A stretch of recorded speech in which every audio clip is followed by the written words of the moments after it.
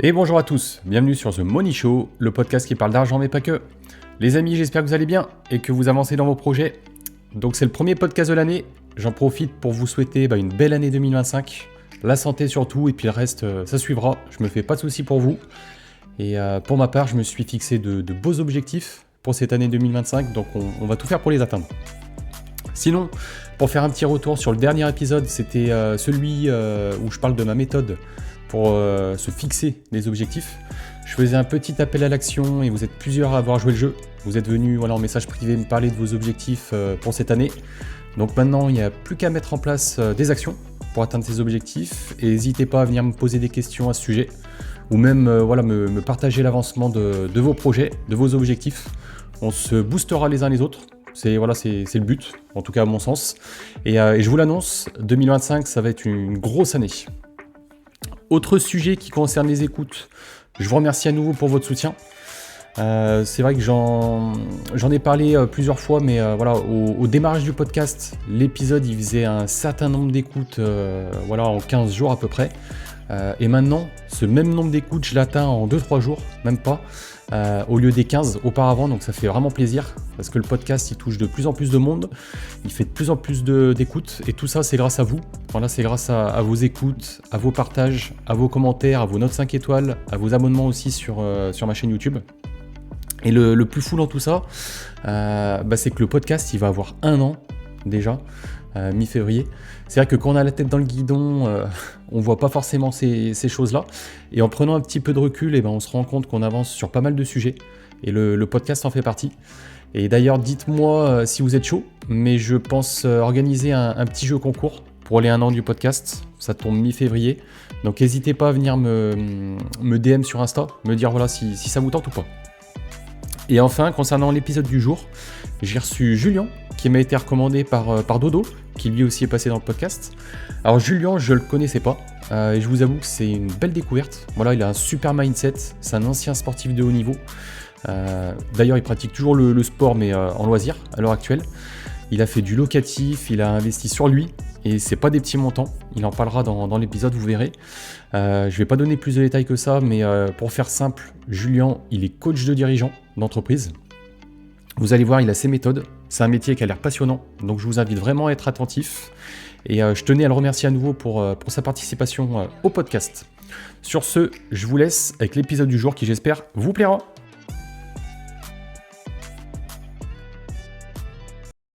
Et bonjour à tous, aujourd'hui je reçois Julien dans le podcast. Je suis très heureux de l'accueillir et je le remercie à nouveau d'avoir accepté l'invitation.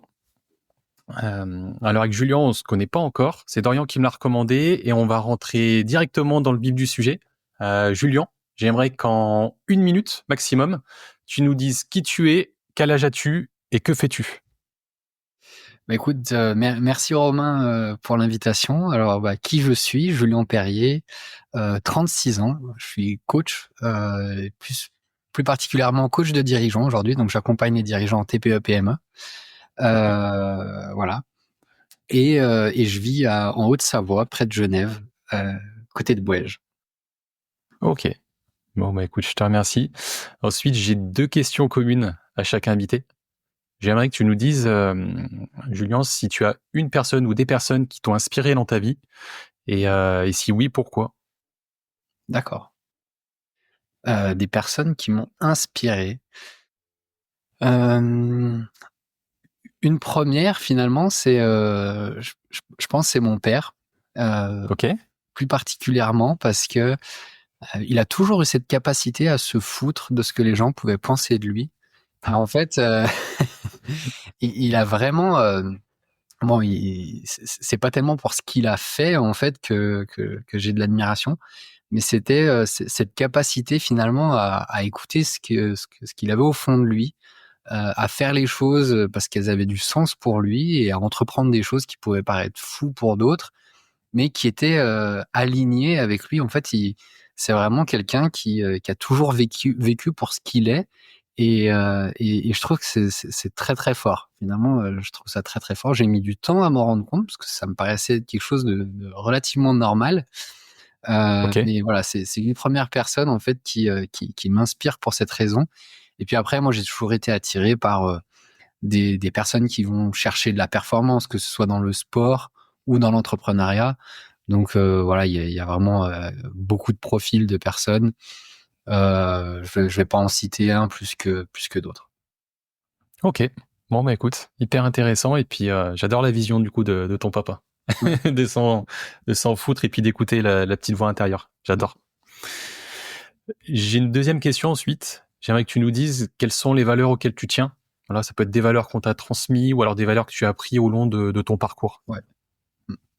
Alors moi, les valeurs fondamentales pour moi, c'est en un, je mettrais la liberté. Ok. C'est vraiment quelque chose qui est fondamental pour moi. Tout type de liberté, hein, on entend que ce soit dans le travail, que ce soit dans la vie perso, voilà, vraiment être libre, que ce soit géographiquement, que ce soit dans mon Ok. emploi du temps. C'est quelque chose qui est vraiment important. En deux, je mettrais l'harmonie parce que Ok. voilà, moi je suis pas quelqu'un de belliqueux, bien au contraire, et j'ai vraiment ce besoin de sentir que je suis entouré de personnes qu'on soit envie de co-créer, qui sont dans un développement positif et harmonieux en fait, et dans Ok. lequel on met l'humain au centre de chaque échange, et finalement c'est en mettant l'humain au milieu de chaque interaction, chaque partage, au milieu de tout, qu'on est dans quelque chose de positif et du coup harmonieux. Donc je mettrais l'harmonie en deux. Et en trois, bah voilà, j'ai été sportif de haut niveau, j'accompagne des dirigeants, je dirais ambition, performance, je dirais peut-être performance. C'est quelque chose qui m'attire Performance. quand même. Et la dualité qu'il y a avec la performance, c'est la famille, parce que c'est quelque chose qui est vraiment important pour moi. Ça l'a été quand j'étais, on va dire, fils, voilà, avec ma sœur, mes parents, et ça l'est aujourd'hui avec ma petite fille et la deuxième qu'on attend, et ma compagne. Donc voilà, c'est pour ne citer que 4 valeurs: liberté, harmonie, performance, famille. Ok. Moi, je te remercie. On va avoir pas mal de choses du coup à développer. Ouais. Avant de partir sur le métier que tu fais actuellement, le métier de coach, j'aimerais que tu nous dises un petit peu ton parcours, ce que tu as fait au niveau de tes études et ce que tu as fait. Voilà, tu as fait 9 ans dans le salariat, on disait juste avant en off. Donc, savoir un petit peu ce que tu as fait pour comprendre un petit peu ton cheminement, ton parcours. Ouais. Alors moi, je suis d'un cursus STAPS, donc d'une licence STAPS. Ok. J'ai fait un diplôme universitaire de préparateur physique et un diplôme d'état supérieur dans le sport. Voilà, il y a une petite mention psychologie sportive. J'ai toujours été passionné de développement personnel. Vraiment, c'est quelque chose qui est venu très tôt. J'étais dans un sport, j'étais entraîneur dans un sport où il y a vraiment une notion. Voilà, c'est un sport dangereux, hein. J'étais entraîneur de BMX. Ok. Et la psychologie était vraiment très importante. Bon, déjà que dans le sport, la préparation mentale vraiment fait partie intégrante aujourd'hui de chaque préparation. Mais en plus, avec cette dimension psychologique liée à la prise de risque qu'il y a dans ce sport, bah forcément, c'est quelque chose dans lequel j'ai dû m'intéresser déjà en tant qu'athlète, puis en tant que coach. Donc, passionné de développement personnel et de préparation mentale depuis très longtemps. Et finalement, assez vite, quand c'est pas que j'ai fait le tour de la question du sport, mais dans une évolution où j'ai voulu vraiment plutôt accompagner des personnes dans le cadre professionnel, je me suis formé à Lyon à l'école supérieure de coaching pour passer ce qu'on appelle un peu le tronc commun du coach. C'est ce fameux diplôme Ok. pour devenir coach de vie certifié. Et puis après, j'ai passé des spécialités sur du coaching pour manager et pour cadre dirigeant. Ok. Voilà. Donc tout ça et puis ton parcours dans le salariat, du coup, c'était quoi ton job? T'étais entraîneur, non, ou rien à Ouais, voir? donc j'étais entraîneur d'une équipe de division nationale 1, donc une équipe d'athlètes voilà, de sportifs de haut niveau, qui était licenciée à Saint-Étienne. Donc Ok. une équipe de BMX qui a quand même atteint 3 fois le titre de champion de France par équipe. Ok. Voilà. Ah, sympa. Ouais. Sympa, sympa. Et toi, tu disais même, et puis j'ai vu un petit peu sur ton site, que toi-même, tu as été dans ce sport à haut niveau, c'est ça? Ouais, j'ai été à haut niveau. Ouais, Ouais. j'étais en équipe de France en 2009, ces années-là, ouais. 2009-2010. Ok. Ouais. 2009-2010, ok. Et pour faire un petit peu le lien entre le métier que tu avais avant et puis aussi dans le BMX, tes journées ou tes semaines, ça consistait en quoi exactement? Comment tu t'organisais un petit peu parce que du coup, je Alors, suppose que vu que tu avais ton activité à côté, le BMX, ça nécessitait quand même de bien s'organiser, bien... bien sûr. Alors, quand j'ai lâché la partie vraiment sport de haut niveau, pendant laquelle j'étais déjà en train de jongler entre les études et l'entraînement, voilà, il y a eu la césure et à un moment donné, je suis passé de l'autre côté de la barrière et je suis devenu entraîneur. Et c'est à ce moment-là, finalement, que j'ai développé d'autres activités. C'est vrai que le Ok. métier d'entraîneur me demandait beaucoup de présence, voilà, lors de stages, lors de week-ends de compétition, des déplacements et autres, ce qui faisait que j'avais quand même beaucoup de temps la semaine. Et, Ok. et c'est là, en fait, que j'ai commencé à développer d'autres activités. Moi, j'ai toujours été un peu touche à tout. J'ai toujours aimé la diversité. Dans le jargon psychologique, on dit multipotentiel. Et en fait, Ok. je me suis très vite intéressé à l'immobilier. Donc, j'ai commencé des investissements sur Saint-Étienne en immobilier. Après, j'ai travaillé avec une marque qui développait aussi un concept un prototype BMX qui a ensuite été Ok. commercialisé, pour lequel j'ai eu la charge de la commercialisation Europe. Donc il y a eu un beau boulot aussi qui a été fait là-dessus. J'organisais aussi des événements, des stages, voilà, avec beaucoup de jeunes. On partait à l'étranger. Je faisais venir aussi des pilotes étrangers en France que j'accueillais en camp d'entraînement. Ouais, voilà, il y a vraiment eu beaucoup de choses. Qu'est-ce qu'il y a eu d'autre? J'étais formateur aussi pour des personnes qui passaient le diplôme d'état de BMX. Donc, ouais, Ok. beaucoup de choses en même temps finalement, et parce que j'avais le temps en semaine, et puis parce que j'aimais ça et j'ai toujours eu besoin de me nourrir de différentes choses. Ouais. Ok. Et justement, tout ce parcours, qu'est-ce que ça t'a appris dans ta vie d'aujourd'hui? Deux, trois choses percutantes, trois choses qui vraiment t'animent au quotidien et qui t'aident surtout. La première chose, hein, qui est pour moi la principale, c'est que la passion, rien ne bat la passion. Rien ne Ok. surpasse la passion. Tu vois, tout ce que j'ai fait là, tout ce que je te dis, à part l'immobilier finalement, tout végétait autour du BMX. Et en fait, non, j'aime tellement ça, j'ai tellement été passionné, et que j'ai toujours eu l'énergie en fait d'entreprendre tous ces projets, de les faire. Et des fois, on me dit, ouais, t'as quand même fait pas mal de choses. En fait, j'estime pas que je suis plus motivé qu'un autre, parce qu'il y a les choses que j'ai pas envie de faire. Je peux te dire que je sais bien procrastiner quand il faut, mais que, mais que quand il y a de la passion, les choses roulent et avancent. Et en fait, la vraie question, elle est là. La vraie question, elle est là. Donc, Ok. c'est essentiellement ça que je retiens. Ouais. La passion, ouais. Ok. Ouais. Bon, hyper intéressant. Et puis maintenant, un petit peu pour dérouler sur ton métier de coach. Ouais. Là aujourd'hui, donc j'ai regardé un petit peu ce que tu faisais. Tu accompagnes, si j'ai bien compris, donc des dirigeants. Mm. Tu accompagnes des entreprises aussi. Ouais. Et tu accompagnes aussi les particuliers. Ouais. Donc en fait, les particuliers, c'était aussi mon point d'entrée, on va dire, Ok. dans ce nouveau monde. Je tends vraiment à ne faire que de l'entreprise et du dirigeant à moyen terme. Euh, Ok. Aujourd'hui, oui, en entreprise et du dirigeant, on va dire que le dirigeant, c'est un peu le point d'entrée. Puis après, s'il y a des choses à décliner dans l'évolution du coaching avec les équipes, on le fait. Voilà. Donc, Ok. ça fait depuis juillet 2022 exactement que je ne fais que Ok. ça. C'est-à-dire que j'ai Que ça. vraiment fait la bascule. J'ai mis fin à mon dernier contrat, qui n'était plus salarié, qui était prestataire en BMX en juin ou juillet 2022. Et je suis parti, voilà, août 2022. J'ai tout arrêté en même temps. C'est-à-dire que tout ce que je t'ai dit tout à l'heure, l'immobilier, j'ai tout vendu. La marque avec laquelle je travaillais, j'ai arrêté. Moi, j'ai vraiment fait un vrai switch. un vrai move, comme on dit.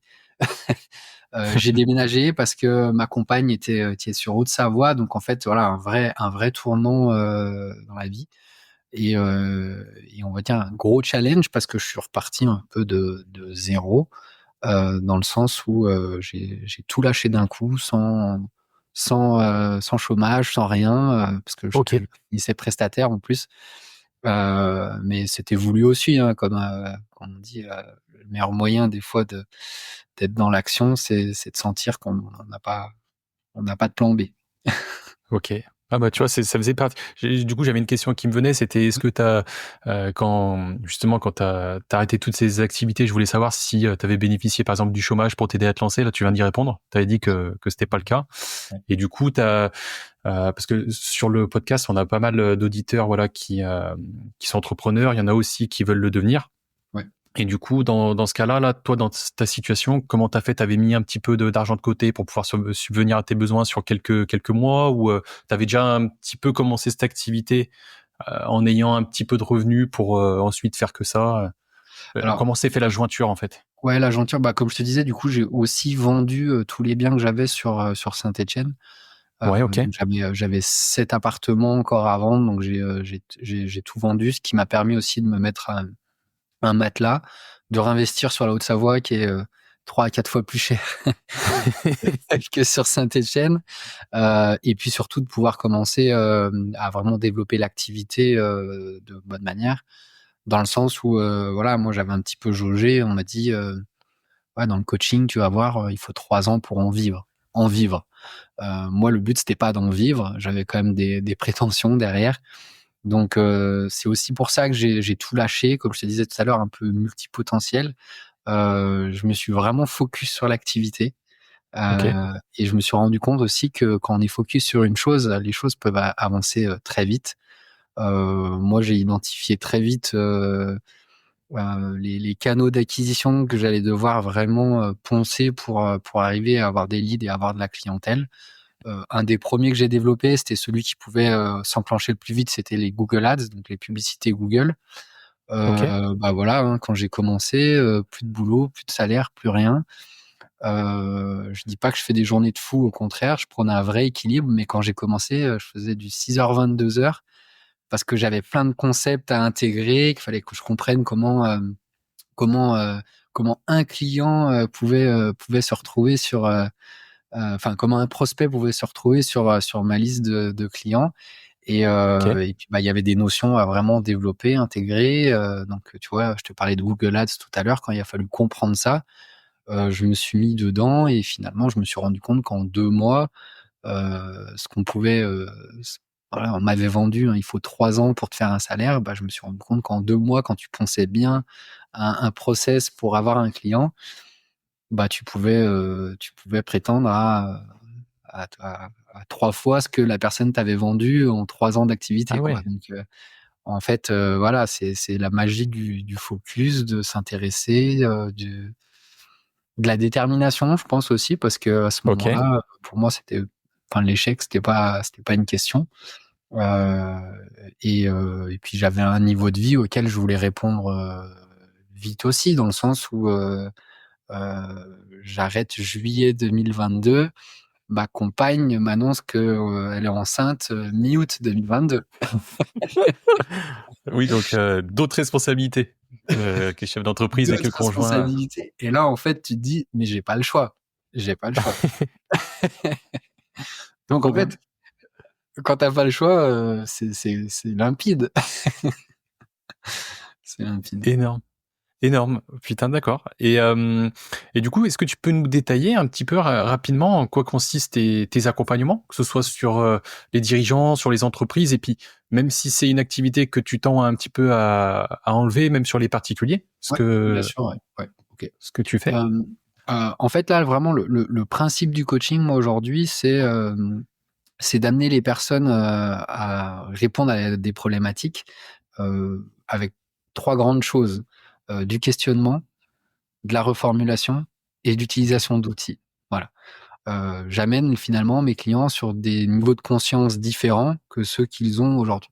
Ça permet de comprendre la problématique dans laquelle ils sont, Ça leur permet aussi d'établir des objectifs qui ont du sens. Donc, l'idée est plus de sortir d'une plainte, mais plutôt d'aller vers un état qu'ils désirent. Et puis après, avec un plan d'action, je les accompagne pour sortir de cette problématique et aller vers des résultats finalement qu'ils désirent. Et en fait, ce principe, il fonctionne dans tous les environnements. Parce que c'est l'art du questionnement, c'est l'art de la reformulation, et c'est ce qui fait que tu as un bon coach ou que tu l'es pas quelque part. Mais l'avantage de ce process, c'est que ça fonctionne partout. Après, pourquoi du dirigeant? Aussi parce que à travers mon cursus de coach et voilà, et ce que ça nécessite comme aptitude, j'ai quand même fait des formations qui m'ont apporté beaucoup de billes, d'outils et de conseils sur la partie managériale, sur la partie communication, sur la partie développement et stratégie d'entreprise. Et j'ai une petite part de conseils sur laquelle je peux venir dans ces domaines, et c'est aussi pour ça que je le mets en avant aujourd'hui. Ok. Voilà. Et du coup, quand tu as rendez-vous avec un client, un prospect, Ouais. tu fais comment pour établir un diagnostic? Du coup, tu disais que tu as des questions, mais du coup, tu t'es fait un questionnaire en fonction de, on va dire, du profil que tu as en face, c'est ça? Ouais. Alors, j'ai pas un questionnaire type. L'idée est plutôt de D'accord. partir de la problématique de la personne. Moi, la question numéro 1, c'est qu'est-ce qui vous a fait prendre rendez-vous avec moi? Qu'est-ce que vous avez ressenti pour que vous vous dites: «Ah tiens, j'ai besoin d'un coach». Et on part finalement de la douleur de la personne. OK. Donc la Ok. douleur, c'est une plainte généralement. Ma deuxième question, c'est comment retranscrire cette plainte en état désiré? Bon, bah, voilà, moi aujourd'hui, je suis stressé à cause de, d'accord? Ça vous dit ce que vous voulez plus, mais ça vous dit pas ce que vous voulez. Donc ma deuxième question, c'est de dire: «On retranscrit cette plainte, dites-moi du coup ce que vous voulez». Et à partir de là, on leur dit: «On peut avancer ensemble», et l'idée est de comprendre pourquoi vous êtes dans cette situation et pas dans la deuxième, de comprendre tout ce qui fait que vous êtes contraint à rester là et pourquoi ça a jamais changé. Parce que souvent, si on est dans un état qu'on ne désire pas, il y a quelque chose qui nous y tient. Ok. Parce qu'on n'a pas d'intérêt, comme ça quand on émotionne rapidement à se dire, «J'ai un intérêt à rester là», non.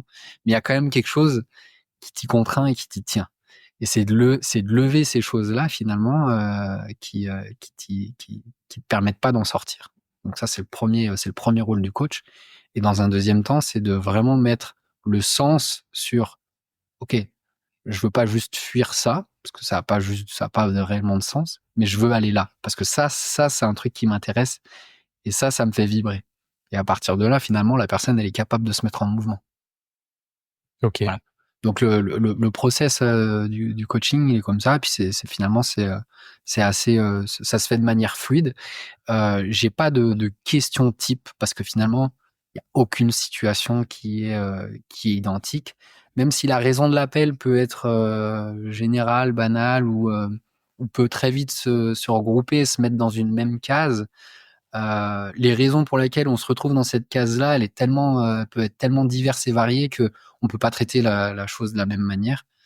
Et encore une fois, c'est pour ça aussi que la méthode du coach, c'est du questionnement, de la reformulation, parce que il y a pas de concept tout fait, il y a pas de réponses toutes faites qui peuvent permettre finalement de trouver des solutions à la personne. Chaque solution est unique, on va dire. Ok. Ah, mais hyper intéressant. Du coup, ouais, t'as pas de questionnaire, mais en fait, c'est en fonction de la problématique de ton prospect, de ton client, qui en découle après ton questionnement, ton argumentaire ok. Et tu disais que tu avais fait pour ça, faire ce type d'accompagnement, tu as fait plusieurs formations. Ouais.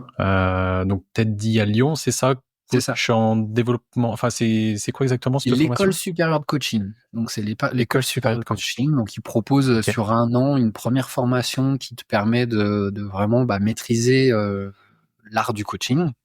Ok. Même si moi j'étais coach depuis depuis des années, il y a quand même quelque chose à développer qui est très différent, dans le sens où moi dans le sport j'étais malgré tout beaucoup dans le conseil, beaucoup moins, enfin je l'étais quand même, mais on est beaucoup moins dans l'écoute et dans le questionnement. On est un petit peu plus orienté solution, alors que là Ok. on est vraiment dans la compréhension de la problématique, et puis surtout on est dans un accompagnement qui reste très holistique, dans le sens où si on démarre un accompagnement avec quelqu'un, il faut être sûr de ratisser large parce que une problématique en amène une autre. Et si on parle pas finalement de ce qui a été la cause principale de la conséquence qu'on vit aujourd'hui et qu'on essaye d'avancer sur cette conséquence, et puis qu'en 5e séance, il nous pète un truc à la gueule qu'on n'avait pas mis dans la balance au début, bah on passe à côté, quoi. Donc il y a vraiment, c'est pour ça qu'il y a un process malgré tout qui permet de ratisser large et de voir tout ce qui est important, hein. On parle des 5 grands domaines de vie, on parle de la vie perso, Ok. de la vie pro, de la vie relationnelle, de la vie de la vie sociale du coup, de la vie de couple et de la vie de famille, ouais. Donc Ok. de bien balayer tout ça, quoi.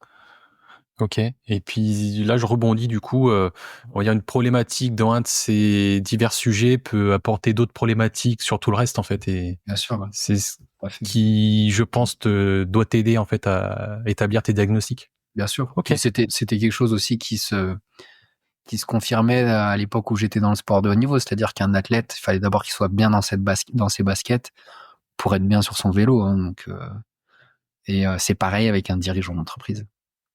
Ok. Et donc, t'as suivi cette première formation et après, t'en as suivi d'autres, non, au fur et à mesure. 2 autres du coup. Ok. Avec les appellations sont pas standardisées, mais typiquement il y en avait une qui était plus sur l'aspect entreprise et management, avec Ok. tous les skills qui découlent de ça, communication et autres, et une qui était plus sur des dirigeants d'entreprise. Et plus sur des dirigeants d'entreprise, ok. Et ça, rien à voir, du coup, t'as déjà suivi des formations en PNL?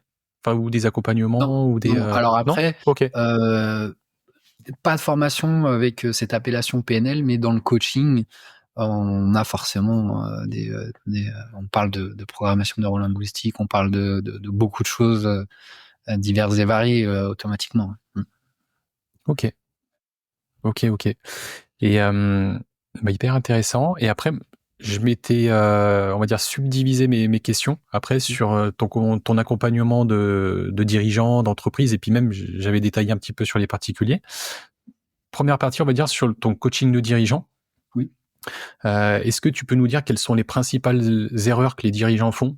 Après, que ce soit voilà en matière de stratégie, de management, de communication, de prise de risque. Toi, voilà, on va dire la plupart du temps, pourquoi ils viennent te voir et quelles sont leurs principales erreurs?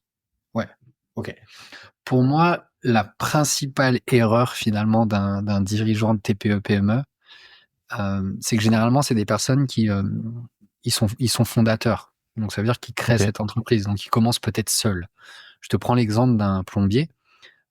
Si son entreprise il commence seul et qu'elle se développe, c'est sûrement que c'est un très bon plombier. Il se fait une bonne Ok. renommée, le bouche à oreille fonctionne, et puis il est obligé de prendre une personne, 2 personnes, 3 personnes. Et en fait, ce dirigeant, il devient dirigeant, mais il est avant tout très bon dans l'opérationnel. C'est-à-dire que c'est un très bon plombier. Et Ok. cette transition de je suis plombier à je deviens dirigeant, chef d'entreprise, manager, responsable d'une équipe, elle est très difficile parce que l'humain est fait de sorte à ce qu'on est attiré pour faire ce que l'on fait de mieux. Donc en fait, il est attiré par l'opérationnel, et du coup, d'un point de vue du management et de la gestion de l'entreprise, il est plutôt dans l'urgence, éteindre des Ok. feux, éteindre des problématiques, de l'absentéisme, de ci, de ça, et puis voilà, il navigue entre ça. Et moi, mon rôle aujourd'hui, pour répondre à cette principale problématique, c'est d'accompagner le dirigeant justement à prendre de la hauteur et à se dire, OK, c'est quoi la vision stratégique? Comment je pilote mon entreprise et comment j'enfile ce costume de dirigeant? Parce que je sais tellement bien faire l'opérationnel que je suis attiré par l'opérationnel. Non, prends ce costume de dirigeant, enfile-le, on le remplira plus tard, petit à petit. Et l'idée, c'est ensemble, on prend toutes les problématiques que tu rencontres et on essaie justement de les anticiper. Il y a de l'absentéisme, très bien. Pourquoi il y a de l'absentéisme? Comment on essaie de anticiper cet absentéisme d'un point de vue managérial? Est-ce qu'il n'y a pas des choses à revoir? Et puis finalement, on essaie de prendre de l'avance sur tout ça, sortir de l'opérationnel, prendre une vision et surtout une direction. Donc, à partir de là, le dirigeant prend conscience déjà que oui, il a pas endossé forcément le costume.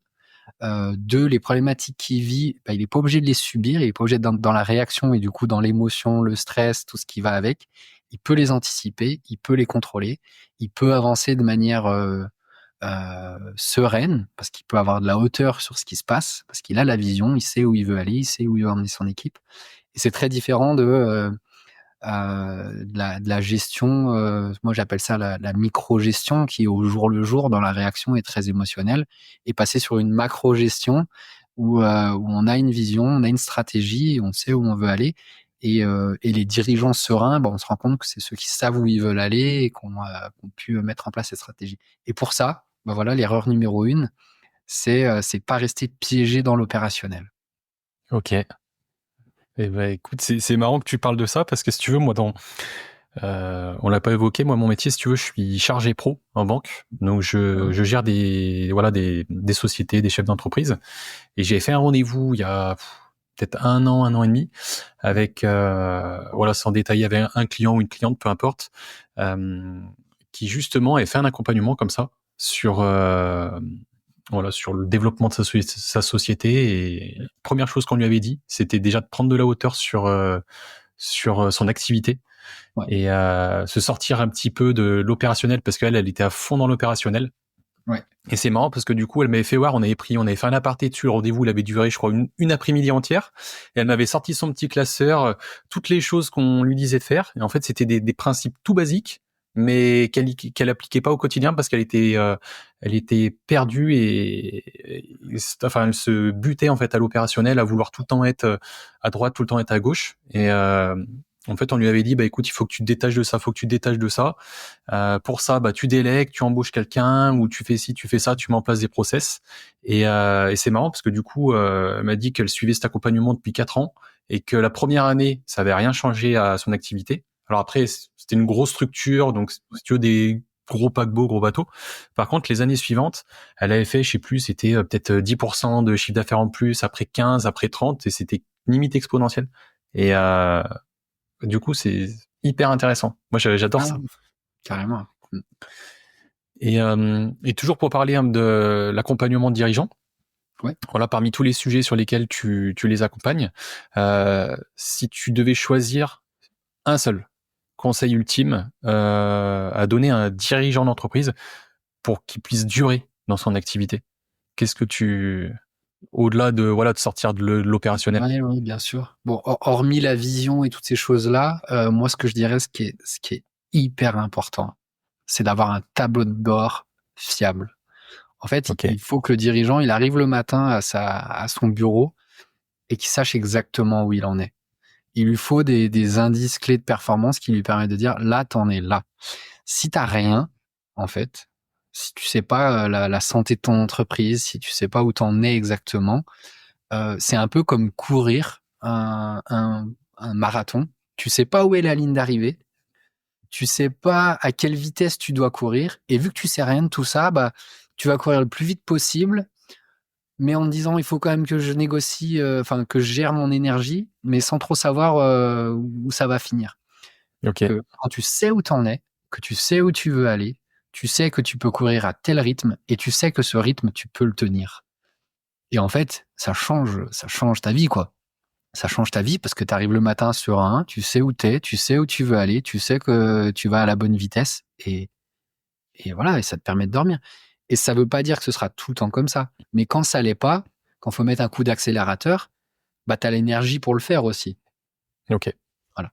Que quand tu es déjà dans cette pression constante, dès qu'il y a un gros incendie à éteindre, en fait, t'es pas là, quoi. Tu sais pas réagir parce que des fois, c'est le petit truc de trop, ouais. Donc Ok. ouais, c'est un vrai tableau de bord avec des vrais KPI, ouais. Ok. Et du coup, ça nécessite tout ça, d'avoir quand même une certaine organisation et surtout une planification, je suppose, parce que si tu veux arriver le matin, savoir où tu vas, il faut que tu aies planifié telle et telle chose. Et ok. Et après, pour pousser un petit peu sur la partie, on va dire coaching d'entreprise, j'ai vu que tu intervenais aussi sur les sujets de cohésion d'équipe. Oui. Déjà, ça sert à quoi dans l'entreprise, la cohésion d'équipe, selon toi? La cohésion d'équipe, c'est un sujet. Enfin, quand tu es avec un dirigeant, à partir d'un certain nombre, hein, c'est un sujet qui est récurrent. C'est-à-dire, il n'y a pas une fois où il n'y a pas un dirigeant qui a une équipe de plus de 10 qui vient de me parler de la cohésion, de ce de ce qui se dit, du commérage, voilà, d'un conflit ou autre qui peut prendre des proportions et diviser l'équipe et du coup, bah, influer la performance de l'entreprise. Donc la cohésion, elle est importante dans le sens où elle permet aux personnes de mieux collaborer et surtout de fidéliser les personnes. Aujourd'hui, pourquoi les gens veulent partir d'une entreprise? Il y a deux raisons principales. C'est soit ils aiment pas leur manager, Ok. soit la qualité de vie au travail est pas bonne. Mais c'est rarement parce que ils aiment vraiment pas ce qu'ils font, ou en tout cas beaucoup moins. En tout cas, c'est pas des missions spontanées. Voilà, il y a Ok. des choses, des changements de vie qui sont et autres, mais voilà, la cohésion entre performance de l'équipe et fidéliser son personnel, c'est essentiel. C'est essentiel. Ok. Donc, bah, tu vois, j'allais te demander comment s'y prendre pour avoir une bonne cohésion. Déjà, tu as parlé de management et de qualité de vie au travail. Donc, c'est deux sujets importants. Ok. Et puis, ce qui est important, en fait, c'est de faire prendre conscience aux équipes qui sont, finalement, ce qui ressort des ateliers de cohésion, c'est qu'ils sont tous des acteurs, en fait, de cette bonne entente. Et le simple fait de responsabiliser tout le monde là-dessus, c'est important. Ouais. Ok. Et j'ai vu aussi que tu intervenais sur le... Enfin, c'est pas que j'ai vu que tu intervenais dessus, ça m'a poussé cette réflexion sur la gestion du temps en entreprise. Comment est-ce que tu identifies on va dire les inefficacités qui peuvent plomber la productivité? Bon, clairement, pour moi, ce qui plombe, c'est les urgences. Ce qui plombe tout, c'est les urgences. Parce que Ok. les urgences, en fait, elles ont cette faculté à, à amener au second plan ce qui est important. Ok. Donc, en fait, oui, il y a toujours des urgences, mais en fait, il y a un degré d'urgence. Et plus on se fait happer par ce qui est urgent, bah, plus on relègue au second plan ce qui est important. Donc, c'est d'amener les personnes sur ce niveau finalement de finesse et de filtre, sur se dire à partir de quand c'est vraiment urgent et c'est tout de suite maintenant, et à partir de quand c'est pas du premier plan, c'est je dois faire ce qui est important. Et ça revenait avec ce que je te disais tout à l'heure, le dirigeant qui reste dans l'urgence et qui met pas en place de stratégie d'entreprise, qui prend pas le temps de se poser avec sa feuille et de se dire où je veux qu'on soit dans 3 ans, parce que bah, il a des incendies à éteindre. Euh, alors que finalement, bah, quand il part 2 semaines en vacances, la boîte elle s'écroule pas quoi. Donc Ok. finalement il a quand même le temps de le faire s'il décide de le prendre. Ok. Eh ben écoute, super intéressant. Et maintenant, je voulais axer la partie questionnement sur, on va dire, plus la partie coaching particulier, où en fait, c'est plus développement perso, parce que moi, j'adore ça, et puis je pense qu'il y a aussi pas mal d'auditeurs qui sont là-dedans. J'ai vu sur ton Insta que tu citais en fait les 4 raisons principales, je crois pour lesquelles une personne peut être pas forcément heureuse. Où tu disais, tu les détailleras, tu vois de quel réel je parle, ouais? Pas du tout. Pas du tout. En fait, tu disais voilà qu'il y a 4 raisons principales pour lesquelles une personne n'est pas forcément heureuse. Ouais. Ça peut être ses pensées négatives, ça peut être la peur de l'échec, ça peut être le manque de confiance en soi et la tendance à se comparer. Ouais. Et j'aimerais que tu nous dises dans, on va dire, cet épanouissement personnel, comment remédier un petit peu à tout ça? À travers tous les accompagnements en fait que je peux faire, Mhm. moi je vois en fait les choses s'opérer, S apostrophe s'opérer, Mhm. euh, dans le sens où c'est une connaissance de soi qui répond à la problématique, tu vois. Ok. Quand on parle de la peur du regard de l'autre, en fait, à partir du moment où toi tu te connais, t'as pas cette sensation que ça puisse te remettre en question, tu vois, en particulier. Comment te prendre un exemple, si je reprends ta question où tu m'as dit, c'est quoi tes valeurs principales? Par exemple, je t'ai mentionné la performance. Voilà, moi, il y a quelqu'un qui vient me voir et qui me dit, «Ouais, tu un peu excessif là-dedans». Bah oui, mais en fait, je suis OK parce que ça nourrit un besoin de performance chez moi et c'est comme ça que je me sens aligné, tu Ok. vois? Si t'as pas identifié ça et puis ah bon, moi je suis un peu excessif, tu vois, et que tu le prends comme un jugement, bah forcément tu te sens instable, quoi. Ça te bouge. Et il faut vraiment être capable de mettre en place un travail qui permet de se connaître soi-même pour être de plus en plus aligné, hermétique finalement au jugement des autres, parce que ça, il y en aura toujours, pour se sentir bien, ouais. Ok. Et que ce soit un dirigeant d'entreprise, que ce soit n'importe qui, aujourd'hui, une entreprise, pour qu'elle fonctionne, faut qu'elle sache se différencier. Roche-Beaubois, c'est pas Ikea, tu vois. Ok. Ils répondent pas à la même chose. Et ben une entreprise aujourd'hui, elle a besoin de se démarquer aussi. Mais pour quelle raison tu veux te démarquer? Et là, il y a un vrai enjeu avec un entrepreneur, parce que l'entrepreneur, le regard de l'autre, c'est le regard sur son entreprise. Ça devient qu'est-ce qu'on pense de mon entreprise? Donc je veux pas être cher, mais je veux être de bonne qualité. En fait, je veux tout. Puis à vouloir tout, ben on se différencie pas, on se démarque pas.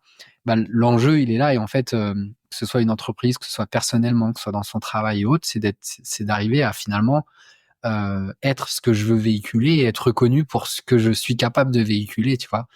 Et le bien-être, il est là, en fait. Ok. Le bien-être, Et il est là. dans cette démarche de connaissance de soi, alors tu peux Ouais. suivre des accompagnements, mais est-ce que tu as je sais pas, des petits tips, des astuces que quelqu'un peut mettre en place dès aujourd'hui pour apprendre à Ouais. mieux se connaître? Je pense que l'émotion, c'est un très bon point de départ. Ok. Je vais dire une bêtise. Il y a quelqu'un qui va te mettre en colère. Oublie la personne qui t'a mis en colère. Essaye de te dire pourquoi ça me fait réagir. Qu'est-ce que ça me dit sur moi, en fait? Tu vois. Ok. Je vais dire, il y a quelqu'un qui passe vite en voiture je suis à pied avec ma fille sur la route. Il y a une voiture qui passe un peu vite à côté. Je m'énerve. Tu vois, typiquement. Pourquoi je m'énerve? En fait, c'est juste que la sécurité de ma fille, elle est importante pour moi, tu vois. Ok. Là, j'ai pris un exemple un peu bateau, mais dis-moi, toi, une de tes valeurs principales. Moi, c'est la famille. Toi, La c'est la famille, famille. c'est la valeur principale, ouais. Ok, d'accord. Donc forcément, en fait, si tu veux, quelqu'un qui va pas répondre à ça dans ses actes, qui va faire quelque chose qui est à l'encontre de ce qu'est le respect de la famille, forcément, ça va te faire réagir, tu vois. Ça nous dit sur Oui. toi que la valeur famille, elle est importante. Et à travers toutes nos réactions, en fait, dans la vie, soit ça nous montre une insécurité, Ok. soit ça nous montre ce qui est identitaire. Et en fait, c'est important d'arriver à travailler sur ces deux choses-là, quoi. Sur ces deux choses-là. D'accord. Donc ouais, partir de base sur tes émotions et Ouais, travailler partir là-dessus. des émotions et d'essayer d'en apprendre sur toi, c'est un très bon point de départ. Ok. Ok, ok. Bah écoute, hyper intéressant. Et maintenant, j'aimerais qu'on parte sur le stress et la gestion du stress. Parce que Ouais. voilà, qu'on soit dirigeant d'entreprise, qu'on soit salarié, qu'on soit voilà, investisseur, etc., on y est confronté quasi quotidiennement. Euh, Toi, est-ce que tu as deux, trois astuces pour aider à gérer son stress? Ouais. Euh, pour moi, il y a vraiment deux stress. Il y a ce fameux stress chronique qui finalement, lui, arrive dès qu'on n'est plus du tout aligné dans ce qu'on fait. Euh, D'accord. je vais dire une bêtise. Quelqu'un on parlait de valeur tout à l'heure, quelqu'un qui a la valeur respect, qui n'aime pas déranger et qui se retrouve à faire de la prospection téléphonique et à entre guillemets déranger toute la journée, il y a aucune chance qu'il s'épanouisse et il y a aucune chance qu'il n'arrive pas à ressentir un niveau de stress chronique et du coup du cortisol, une mauvaise santé, tout ce qui va avec Ok. en peu de temps.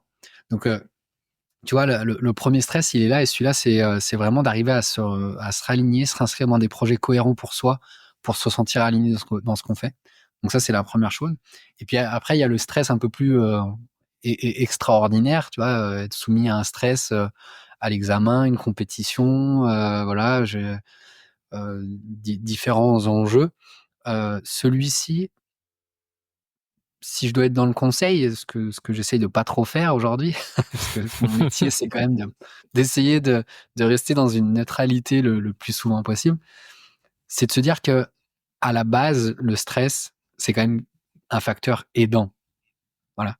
On est des humains, ça fait quelques millions d'années qu'on est sur Terre, et finalement le stress il servait avant tout à avoir peur d'une bestiole et puis courir plus vite, tu vois. Donc c'est quand même quelque chose qui dans nos gènes est fait pour nous aider à la base.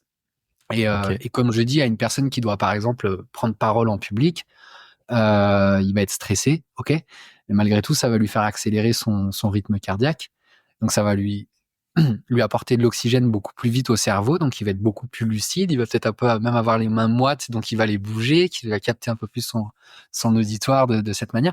C'est que vraiment le stress, il y a quelque chose qui est très aidant dans le stress. Et ce qui plombe en fait ça, c'est la croyance qui est liée au stress. Tu sais, cette fameuse D'accord. première expérience qu'on a eue peut-être dans notre jeunesse, et là on a entendu ah bah il a pas géré le stress, voilà, tu vois, Ok. ou il a pas où il y a le bon et il y a le mauvais stress, tu vois. Et en fait, le simple fait qu'il y ait cette croyance, bah dès qu'il y a l'inconfort du stress, parce que faut le dire, hein, quand tu es dans un état de stress, tu es dans quelque chose de sensoriel qui est différent de ce qui est confortable dans le quotidien. Et si à cette sensation, tu viens mettre une croyance qui est négative, bah en fait, tu t'auto-sabotes tout seul. Et c'est d'arriver déjà à sortir de ça et à se dire, oh, mais attends, le stress aussi est aidant, d'une manière ou d'une autre. Et c'est sûr que si Usain Bolt, il avait pas eu la pression d'une finale olympique, il aurait jamais couru 9,58 de sa vie. C'est vrai. Ok, bah écoute, hyper intéressant. Et on va dire pour clore le sujet de ton activité de coach, Ouais. j'ai 3 petites questions. Déjà, j'aimerais que voilà, je suis stagiaire, je viens chez toi pendant une semaine. Ça va ressembler à quoi une semaine avec toi? Une semaine ou même 15 jours, peu importe. Parce qu'après, je suis conscient qu'en fonction de tes activités, tes clients, c'est pas tout le temps pareil, mais il Bien doit quand sûr. même avoir une certaine constance dans ton activité. Ok. Bah, une semaine avec moi, à quoi ça ressemblerait?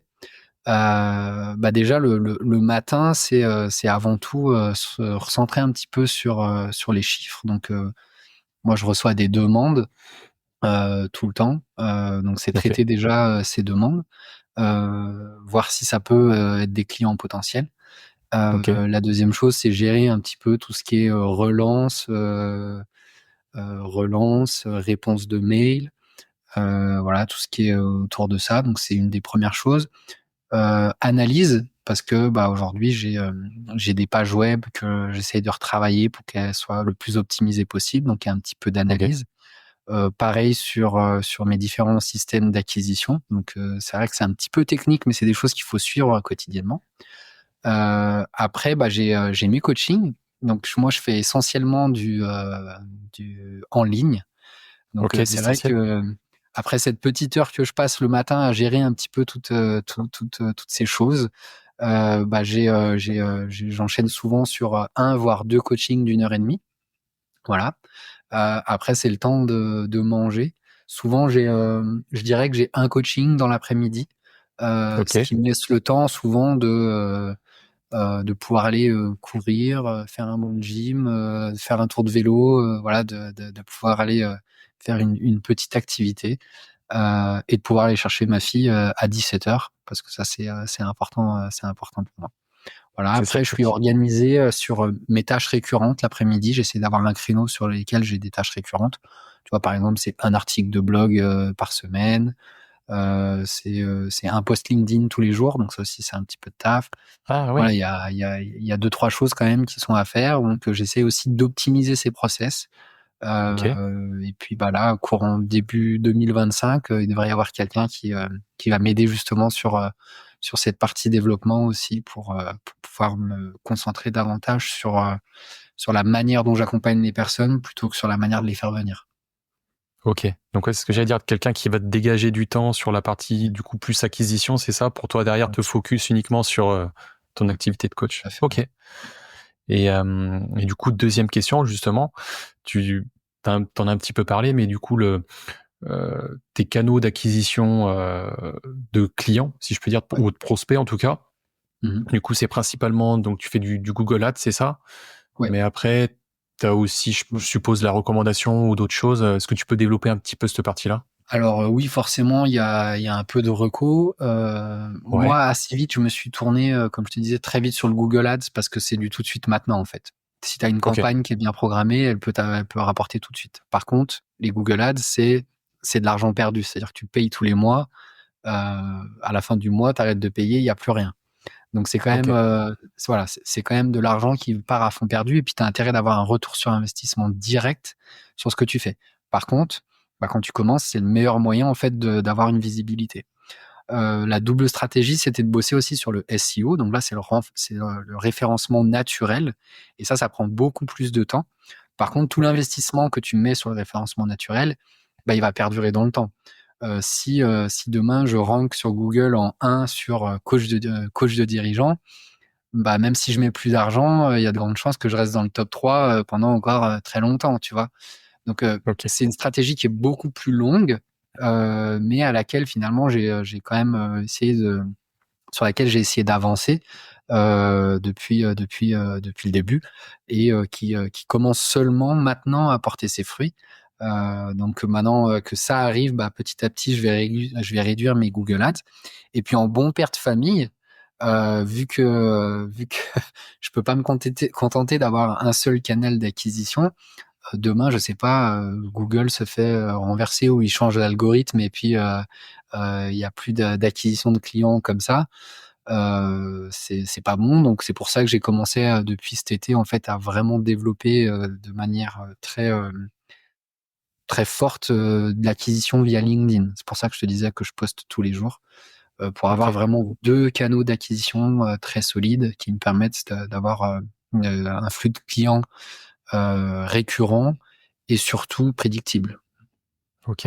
Ouais, et LinkedIn, c'est un gros vecteur en plus sur du coup, sur les entreprises, les dirigeants, les chefs d'entreprise. Donc, c'est ce C'est qui sûr. fait que Ok. Bon, top. Et puis, dernière question sur ton activité de coach. En fait, j'en avais deux, mais je vais en choisir une, tu vois. Mmh. J'aimerais que tu nous dises, allez, laquelle je choisis, si la situation la plus difficile que tu aies eu à gérer dans ton activité de coach. Heu, je vais alors, je vais pas dire difficile parce que j'ai pas souvenir d'une situation difficile. Par contre, une situation où on sent qu'il y a pas une efficacité dans ce que je produis, je dirais que c'est quand la personne en fait, qui est en face de toi, elle a pas demandé à être là. Elle croit Ok. pas forcément au process d'un coaching, et surtout, le troisième élément qu'il y avait, c'était que, cette personne en fait, elle était dans une entreprise et dans cette entreprise, j'accompagnais tous les managers. Et cette personne, en fait, elle était pas encore promue manager. Et je pense qu'elle, même si j'ai essayé de poser le contexte et autres, elle a pris un peu le truc comme un test ou quelque chose dans le sens où je suis là un peu pour jauger, pour savoir si c'était la bonne personne pour ce poste en fait. Et en fait, j'ai eu quelqu'un qui était sur la retenue avec moi et pendant 1 heure et demie, en fait, j'ai senti qu'elle savait pas si elle pouvait se livrer, et on n'a pas avancé. Clairement, on n'a pas avancé. Ouais. Donc Ok. voilà, c'était ça, je pense, la, la situation la plus frustrante que j'ai connue. Mais c'est remonté, on en a parlé, c'était ok. Quand la suite a pu opérer, on se l'est même redit. Elle a acquiescé. Voilà, il y a pas eu de mal, on va dire. Il y a pas eu de mal. Ok. Mais oui, c'est des situations où c'est bloqué et c'est pas du kiff, quoi. Ok. Bon, très bien. Et maintenant qu'on a pas mal développé sur ta partie en fait, de coach, ta partie, Oui, on va dire, entrepreneuriat, on va plus partir sur tout ce qui est investissement. Donc, tu as investi à l'époque sur Saint-Étienne, du coup, si j'ai bien oui, compris. ouais, c'est ça. Ouais, Donc, t'as acquis 7 lots, c'est ça? ouais, Tu disais? Ouais, ouais, 7 lots, ouais, c'est ouais. ça. Et du coup, à l'époque, donc, t'étais salarié, c'est ça? Ouais. Salarié, et t'as démarré par quoi et pourquoi, en fait, t'es parti dans l'IMO? Ouais. Alors moi, comment j'ai commencé? Alors, ce qu'il faut savoir déjà, c'est que j'étais marié. Ma compagne à l'époque, elle avait pas de revenus. Donc financièrement, finalement, on n'avait pas un dossier béton pour les banques. Ok. Le tout premier, c'était quand même une époque où on a réussi à se faire financer à 110%. Ok, très beau. Donc ça, c'était chouette. Et ce que j'ai fait, c'est que j'ai pris un plateau sur Synthé que j'ai payé vraiment une misère. Je l'ai divisé en deux, j'ai fait 2 lots. J'ai Ok, réussi à faire des travaux en 6 mois. J'avais un différé d'amortissement de 2 ans dessus. Donc j'ai pu encaisser des loyers et faire un gros cash flow pendant 1 an et demi, ok, qui m'ont permis de refaire une trésor et qui m'ont permis d'enchaîner directement sur un deuxième projet, parce que le premier était viable et que j'avais fait mes preuves à la banque, que j'avais une bonne relation avec le conseiller. Et finalement, c'est parti comme ça et je suis resté un peu dans cette stratégie. Et puis finalement, après, je me suis aussi rendu compte que les projets immobiliers sur Synthé, en fait, on est vraiment sur des gros rendements. Alors, si tu veux faire du patrimonial, faut pas aller à Saint-Étienne, tu vois, ça c'est sûr. Mais on était sur des beaux rendements et en fait, je me suis rendu compte que ça pouvait vite intéresser en fait à la revente des investisseurs parisiens ou autres qui eux venaient pour la renta. Donc, ok, c'est-à-dire que tu arrivais à leur vendre 8-10% et c'était bien pour eux. Et c'est ce qui permettait en fait de revendre à un prix de l'immobilier qui était presque décorrélé par rapport au marché, mais qui était justifié par un bon rendement en fait. ok, Donc, bah voilà, c'est aussi pour ça que derrière j'ai revendu certaines choses et puis que j'ai fini par tout vendre aussi, parce qu'il y avait ouais, il y avait tout n'avait pas été fait pour être revendu, mais finalement, grâce à ça, c'était des bonnes opérations à la revente aussi. Après avoir encaissé, bien sûr, des loyers pendant quelques années. Ouais. ok. Donc c'était quoi? C'était de la location meublée, la location Ouais, nue? location meublée Ouais, étudiante ok. exclusivement. Ouais. Ok, et t'as fait du nom propre ou t'avais fait aussi de la SCI ou ouais, tout Tout en nom nom propre propre. exclusif. Ouais, tout en nom Ok. propre. Donc du coup, tu disais que t'as revendu pour bah du coup, t'as revendu une renta donc pour récupérer du cash derrière. Ouais, c'est ça. Et on va dire dans une démarche d'investissement, qu'est-ce que t'as fait de ce cash derrière? Est-ce que tu l'as réinvesti dans, je sais pas, dans de la résidence principale, dans de la bourse, dans de la crypto, autre? Qu'est-ce que Non, ta non, formation aussi? ouais. Alors, dans de la formation, ouais, parce qu'aujourd'hui, Ouais. bah, malgré tout, tu vois, si je fais le compte pour tout mon projet de reconversion, je suis quand même à 35 000 euros de formation. Donc Ok. tu vois, il y avait quand même un gros coup sur la partie formation. Aujourd'hui, on a une très belle maison sur la Haute-Savoie. Euh, et bah, on a acheté il y a 2 ans. Donc le ticket d'entrée de la banque était conséquent.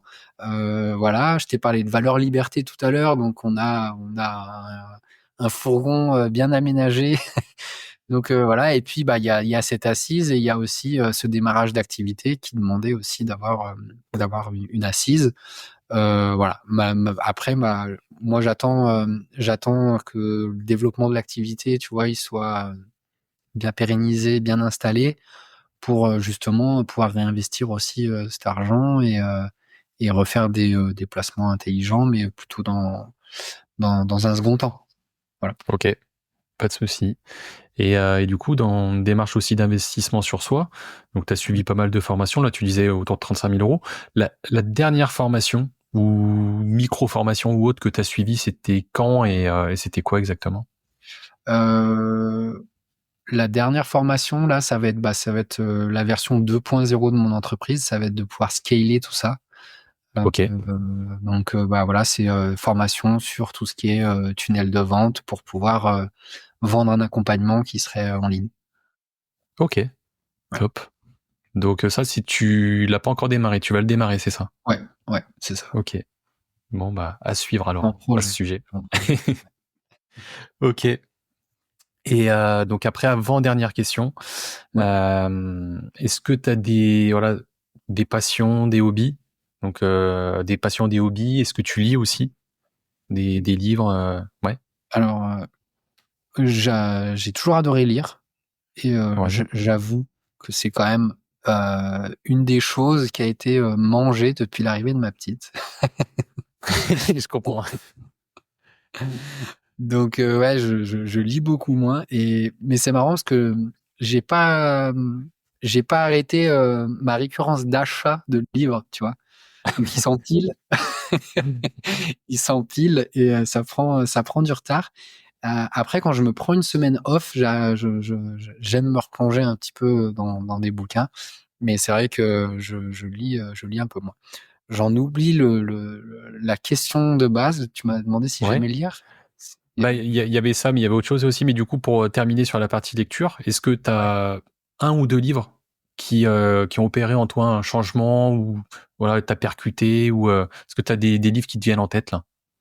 Tu as lu récemment ou même il y a plus longtemps Ouais, il y en a deux. Alors, il y en a un qui est très puissant, c'est Donner un sens à sa vie de Viktor Frankl.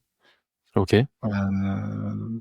Parce que l'histoire est folle en fait. C'est un monsieur qui était psychiatre, donc qui avait des vraies bases de la psychologie humaine et qui a vécu une déportation, qui a vu toute sa D'accord. famille mourir. Et puis à la suite de ça, avec ses connaissances en psychologie, son expérience, derrière il t'explique la vie et, et c'est assez puissant. Et le deuxième, c'est Homo sapiens. J'en ai parlé. Ok. De Yuval qui est très puissant aussi. J'ai bien aimé aussi la tribu des mentors parce que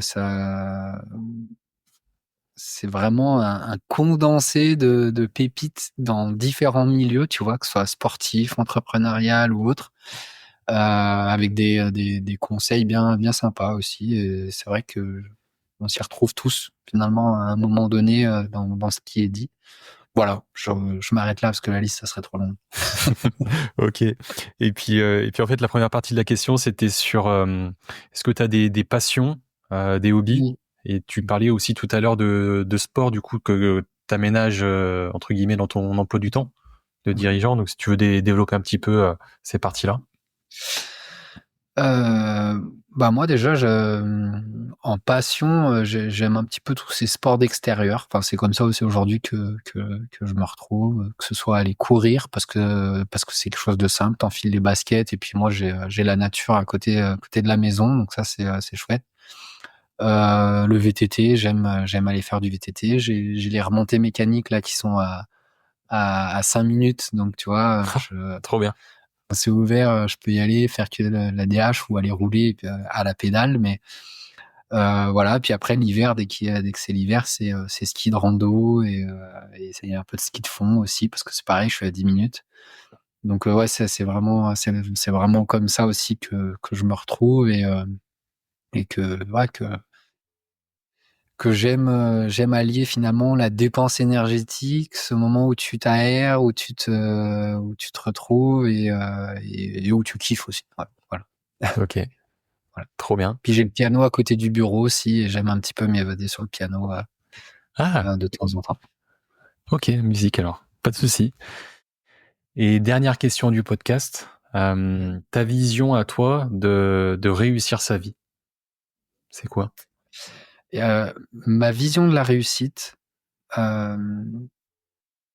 c'est vraiment, tu vois, on parlait tout à l'heure, c'est marrant parce qu'on revient au point de départ. Quand je te disais mon père qui a toujours été capable de faire ce qu'il aimait, je pense qu'aujourd'hui l'enjeu principal, il est de suffisamment se connaître pour œuvrer et contribuer dans des choses dans lesquelles on est 100% aligné, quoi. Ok, trop bien.